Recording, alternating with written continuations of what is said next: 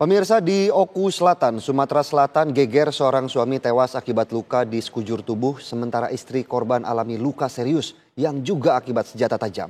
Diduga keduanya menjadi korban kekerasan dalam rumah tangga.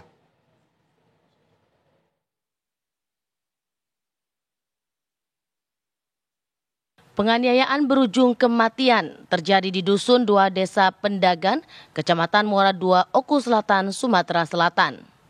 Sarparudin, sang suami, tewas dengan luka akibat senjata tajam, sementara Sulastri, istri korban, alami luka serius akibat senjata tajam.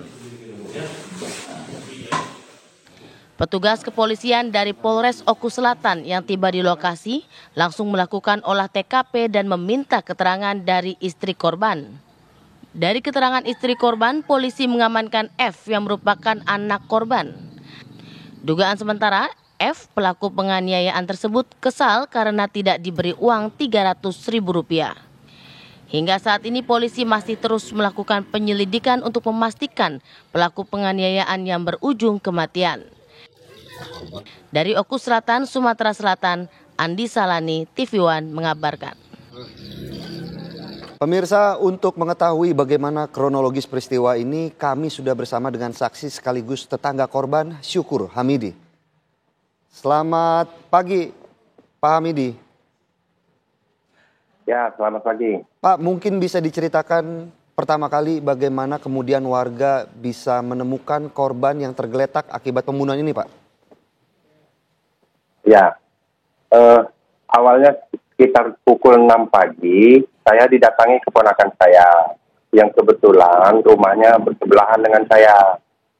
Bahwa si Ani, keponakan saya, pernah mengembalikan kunci Inggris ke rumah TKP gitu.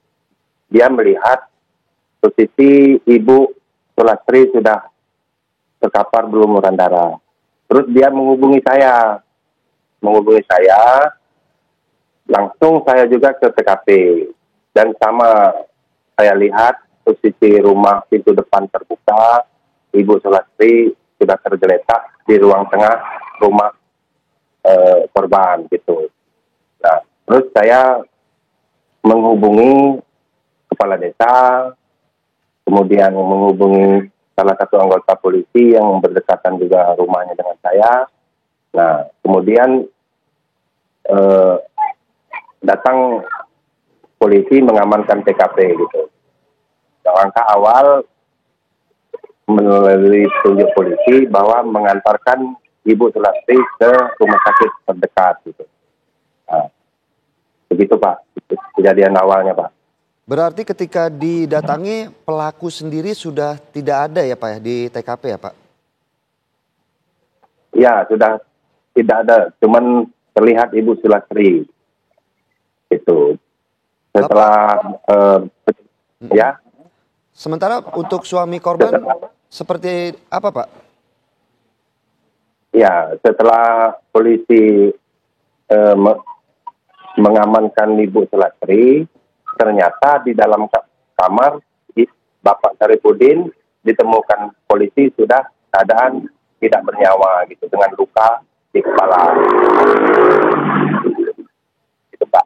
Pak Hamidi, kalau dari warga sekitar sendiri melihat keluarga korban pembunuhan seperti apa kesehariannya Pak? Ya, sebenarnya kondisi mereka memang secara ekonomi dalam keadaan sulit gitu. Jadi ya sudah bukan rahasia lagi terdengar cekcok gitu. Dua laki istri itu, suami istri itu sering cekcok karena ponakan saya Ani itu pernah berkunjung mengantarkan sayuran. Nah, si istrinya itu bercerita lagi ribut, lagi cekcok sama suaminya itu Pak. Pak Hamidi, sebelum terjadinya pembunuhan ini Pak, sempat terdengar keributan Pak? Ya itulah dari cerita si ponakan saya Ani itu bahwa pernah cekcok mulut itu dua suami istri itu. Ya karena faktor ekonomi tadi, si suami Pak Saripudin ini kan sudah nggak bisa mencari, dia faktor usia udah tua, terus sakit asma gitu. Jadi yang mencari untuk makan sehari-hari itu ya istrinya Sulastri itu Pak. cari kerja upahan sana kemari gitu. Kalau untuk jumlah keluarga yang tinggal di situ berapa, Pak? Pada awalnya dia ini sama anak dan mantunya. Ya. Ketika Tapi kejadian, ini tinggal 2 suami istri karena anak dan mantunya tadi sudah ngontrak yang nggak jauh juga dari kediaman kami sini gitu. Bisa ngontrak sendiri gitu. Gitu. apakah benar Pak kemudian ada informasi bahwa anak dari kedua suami istri ini ditahan, Pak? Ya, informasi terakhir ya, karena pengakuan dari Ibu Sulastri awalnya bahwa bercerita pada polisi bahwa yang melakukan pembunuhan adalah anaknya. Cuman malam kemudian berubah keterangannya Pak, bahwa dia ngaku dia sendiri yang melakukan. Jadi ya kami sebagai warga juga bingung Pak. Sementara ini masih ditangani polisi kasusnya Pak. Baik, terima kasih Pak Syukur Hamidi selaku saksi dan tetangga korban. Selamat pagi Pak Hamidi. Ya, selamat pagi.